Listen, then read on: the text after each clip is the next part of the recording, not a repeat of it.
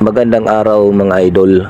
So galing pala ako ng Kabso Indang, hinatid ko yung kasama ko doon sa school, no, dahil magmasteral siya. So habang binabaybay ko to mga idol, so yun, nakita niyo yung kotse na yan, sinusundan ko lang yan mga idol. Sinusundan ko yan, yan yung kotse na yan. Sunod lang ako ng sunod dyan, hindi ko yan nilubayan. Kasi tingnan nyo mamaya mga idol, yan, yung kotse na yan, yung kulay green, gray ba yan o green na ano, yan, sinusundan ko lang yan, hindi ko yan siya inaanohan. Sunod lang ako ng sunod sa kanya, yan mga idol, you know, yan, nakikita nyo naman siguro yung kotse na yan, sinusundan ko lang yan, sunod lang talaga ng sunod sa kanya. Hindi ko siya nilubayan, talagang hindi ko yan lulubayan mga idol.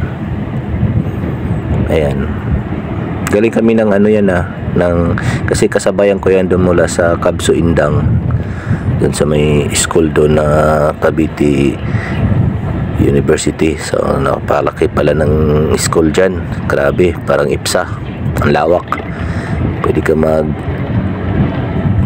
mamasada doon sa loob, grabe ang laki.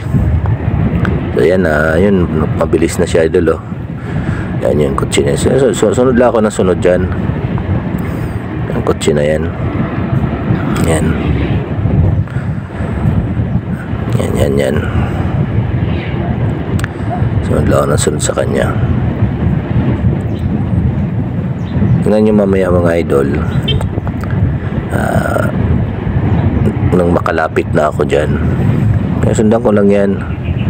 Hindi ko nilubayan yan mga idol ng tingin. Ayan. Yan siya, yan, oh. Yan, palabas na kasi kami dyan, eh. Sunod lang ako ng sunod dyan. Nasundan ko lang talaga siya. Ayan. Mula dun sa paglabas ko ng Cavite University, yun agad ang nakasalubong ko na yan doon. Yun yung pagkalabas ko ng parang intersection, nagkaanohan kami doon, kaya inopen ko yung camera.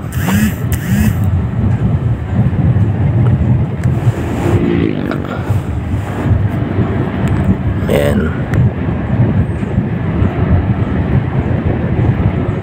sunod lang na dyan, sunod sa kanya.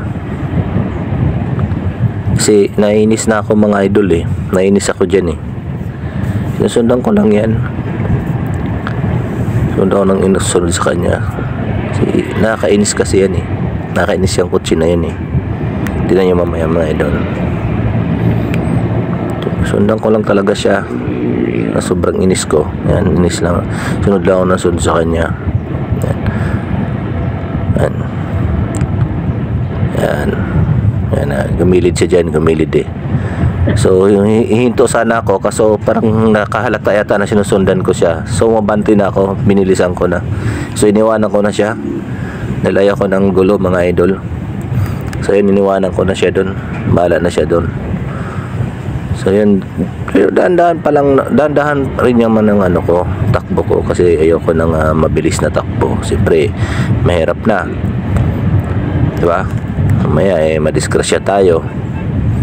So simpleng takbo lang, takbong pugi lang, di ba? Pugi naman tayo, eh. Yeah. So yan, tuloy-tuloy pa rin yung pagmamanihi ko dyan, tuloy-tuloy lang.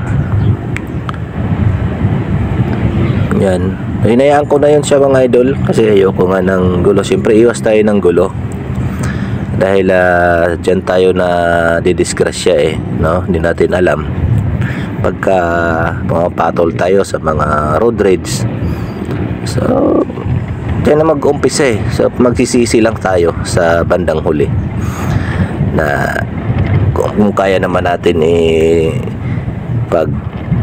kaya naman natin pagpasensyahan, so hayaan na lang natin. Huwag na tayo diskusyon, huwag na tayo makipagyabangan dyan sa daan.